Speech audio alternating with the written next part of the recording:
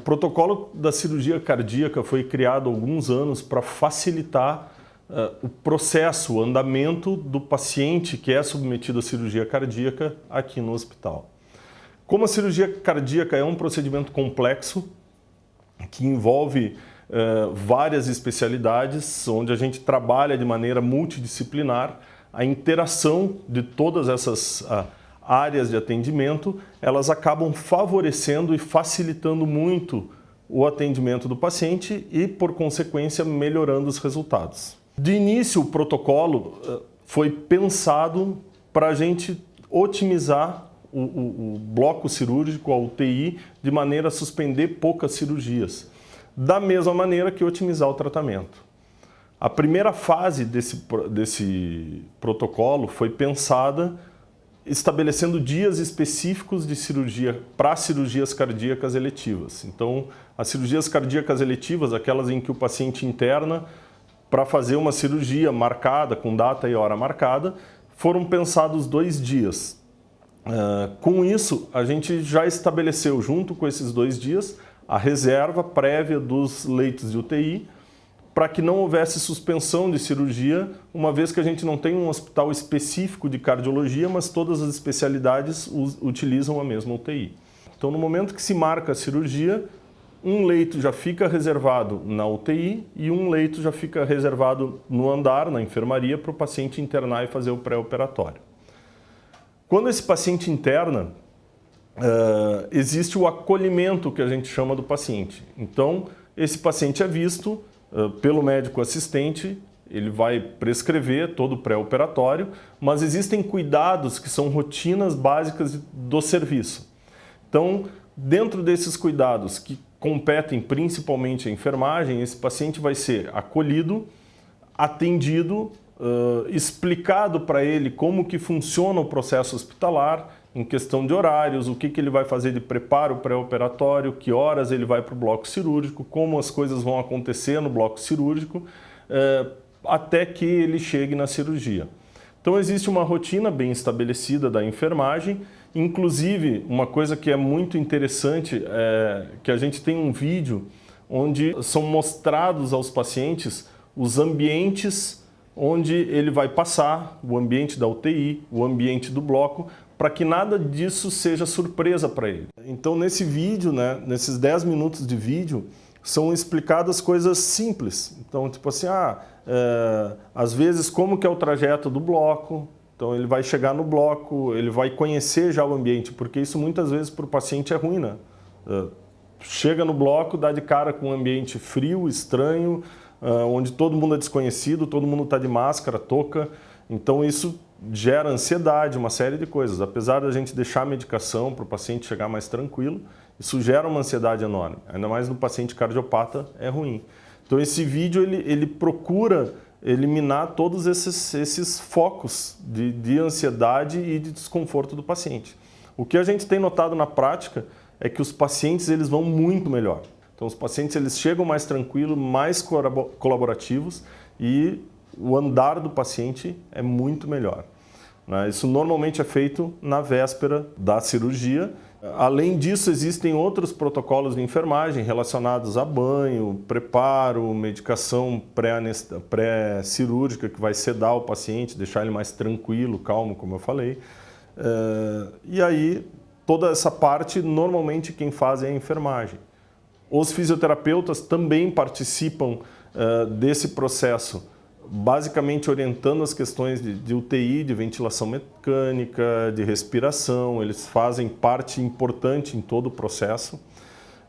Aí entra a parte do pessoal da farmácia, da nutrição, que vai orientar e alinhar todos os tratamentos já no pré-operatório, já prevendo o pós-operatório do paciente.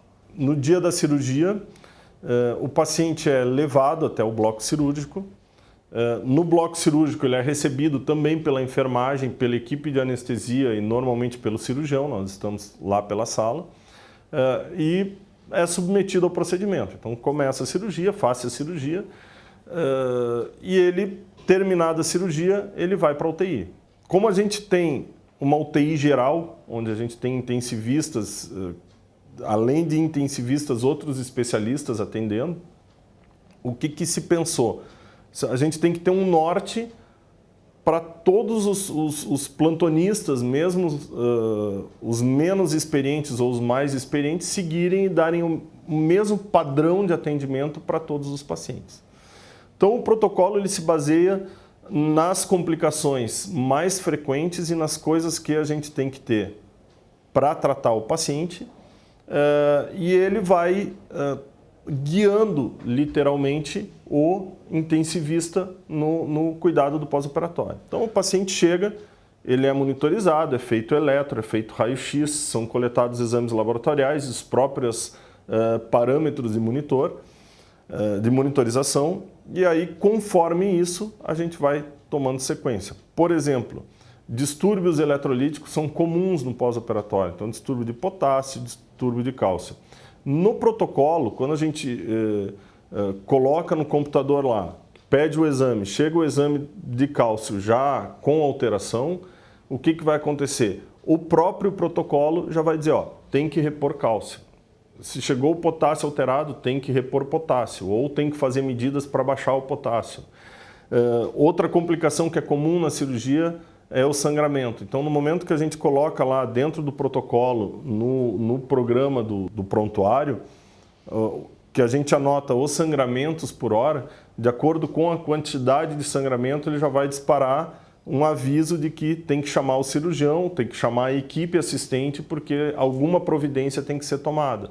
Então, todas essas medidas, que a gente poderia falar de todas, mas são inúmeras variáveis, né? Mas todas essas medidas elas são pensadas dando um guia para o monitoramento e o cuidado do paciente. Então, essa é uma das grandes coisas do protocolo, que ele permite com que a gente olhe para o paciente de um todo sem deixar passar nada. Outra coisa importante que o protocolo fez é estabelecer critérios para o passo seguinte. Então, um exemplo assim, o paciente que chegou, ele ainda está anestesiado, sedado em ventilação mecânica.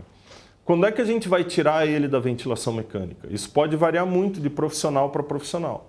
Então, com o protocolo, se criam dados objetivos para isso, né? O protocolo, ele faz o quê? O paciente chegou, ele acordou da sedação por critérios objetivos que a gente tem, que é o score de Haas. Ele está acordado, não tem déficit neurológico, ou seja, não aconteceu nada de complicação neurológica.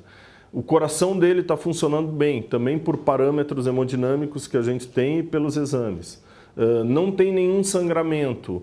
Então, no momento que ele atingir todos esses critérios, bom, então esse paciente a gente vai tirar da ventilação mecânica. E isso acelera muito o pós-operatório.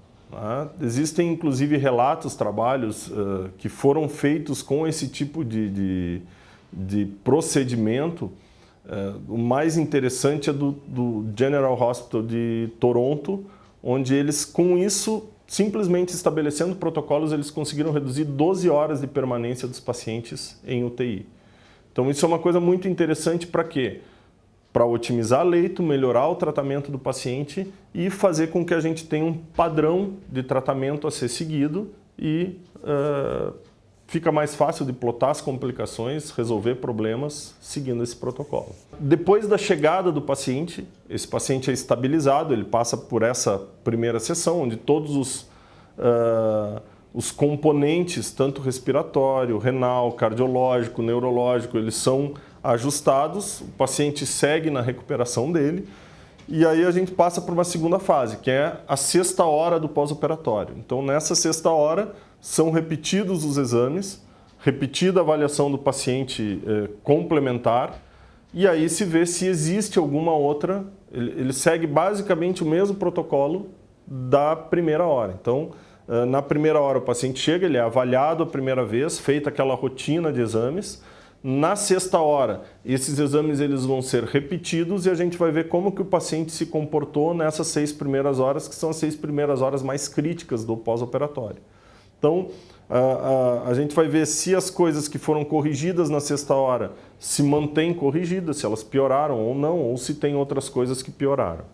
Então, se segue mais ou menos isso. É um padrão de fazer o diagnóstico, corrigir e reavaliar. Faz o diagnóstico, corrige e reavalia. Depois dessa sexta hora, a gente passa para o próximo dia. Então, a princípio, as próximas 12 horas, um paciente normal, digamos assim, que não tenha nenhuma eventual complicação, ele vai seguir bem até que no dia seguinte a gente repete todas essa bateria de exames. Isso tudo que eu estou comentando aqui é um protocolo. Tá? Então, assim, isso serve para todos os pacientes. Óbvio que nesse meio tempo vão ter pacientes que evoluem de uma maneira diferente, ou melhor ou pior, que eles fogem a essa regra. Mas hoje essa regra foi pensada e desenhada para atender a grande maioria dos pacientes. Então, a grande maioria dos pacientes entrando nesse protocolo, ele vai ser atendido adequadamente e a gente consegue, dessa maneira, tanto melhorar o atendimento, quanto otimizar o tempo de UTI e deixar o paciente o mínimo possível dentro da UTI. Então, assim, quando a gente avalia o paciente da cirurgia cardíaca, tu avalia em vários sistemas. Então, a primeira coisa que a gente foca, até por ser o objetivo da cirurgia, é a parte hemodinâmica. Então, o que é a parte hemodinâmica? É a parte de funcionamento do coração e a capacidade do coração levar o sangue a todo o corpo. Então, essa parte hemodinâmica, basicamente, é o coração como bomba e os vasos que podem estar dilatados ou contraídos. Então, toda essa parte de pressão. Isso é um sistema que a gente maneja. Existe a parte respiratória. Então, a parte respiratória, na cirurgia cardíaca específica, por alterações secundárias ao problema cardíaco, muitos desses pacientes são tabagistas, têm problema de pulmão. Pela cirurgia em si, o pulmão é agredido. Então, pela resposta inflamatória do procedimento cirúrgico, a gente tem várias coisas a ajustar da parte respiratória. Da parte neurológica, a cirurgia cardíaca, por a gente mexer em vasos, sangue, anticoagulação, existe um risco grande de fazer AVC, que são os acidentes vasculares, derrame e tal. Então, a parte neurológica é uma parte que a gente precisa estar bem monitorada, digamos assim. Então, é outra parte que a gente tem que estar bem atento, que vai definir muito da evolução do paciente. Depois disso, tem função de rim, parte de infecção, como é um paciente muito invadido, a gente corre risco maior de infecção.